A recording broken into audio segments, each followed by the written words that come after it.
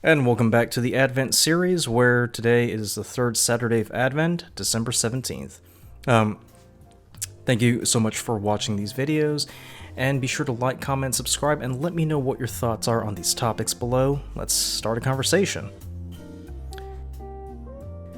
There was an episode of Star Trek Next Generation called Rightful Heir.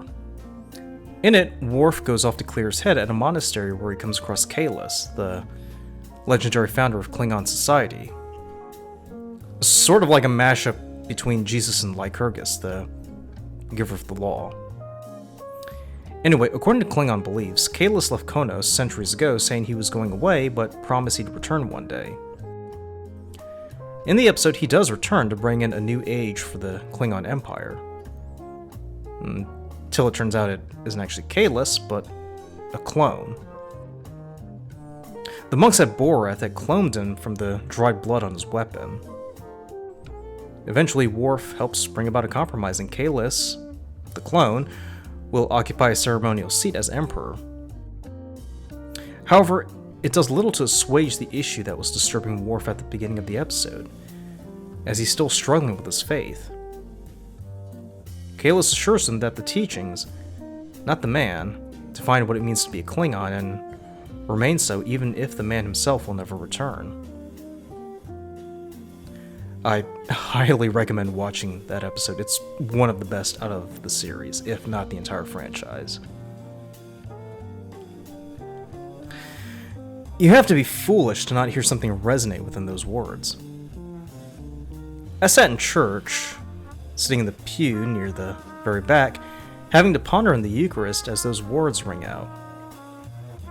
And as I've done many a time since watching that episode, I've come to wonder, are we beholden to the man or his teachings?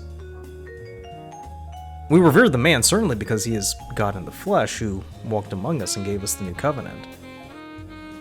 Those teachings are the cornerstone of our beliefs, but we take it a bit further. The man himself is the cornerstone of the church. Man and teaching are one. So, can we not have one without the other? Can we be Christians without necessarily prescribing to the veneration of the God-man, or are we doomed to a heretic's end? It also struck me that centuries worth of intellects, the church fathers, councils, mystics, scholastics, and the like, have piled onto the compendium of thought.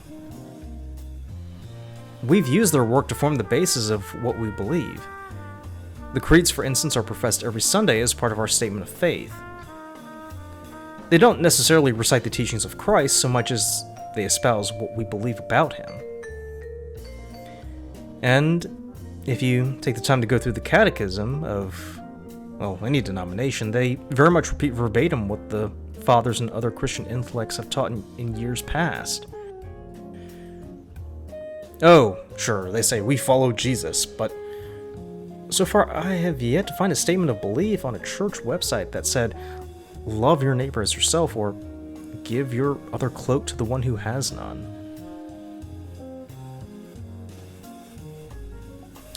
Which now brings me back to rightful heir. Suppose, for a minute, scientists found a way to clone Jesus from blood samples from, say, the Shroud of Turin. Suppose we did manage that and suspend all other presuppositions so we can let this thought experiment play out, and Jesus did return. Would we immediately announce that the world to come has arrived, and as such the kingdom of God has begun? Would it mean that now saints and sinners must be sorted through some bureaucratic process, perhaps entailing a culling, and then we assign them to some sort of man-made hell? Would the faith of the non-believer be shaken, and would they change as a result? If we managed to perform the impossible and the world saw that Jesus Christ has indeed returned, the reaction would be mixed. But would we be ecstatic overall at the news? We can find a hint in literature. In the Brothers Karamazov, there's this scene where Jesus is confronted by an inquisitor. It's one of the most beautiful scenes in all of literature, and the inquisitor essentially tells Jesus that they've taken over the church and created an empire of their own in his name, but not in substance, and would very much like Jesus to screw off so they can go back to pottering about. Christianity, once the religion of the oppressed, has become drunk on its own power, and over time became very much like its oppressor. It had become of this world then, apart from it, and Jesus coming back would just be an inconvenience.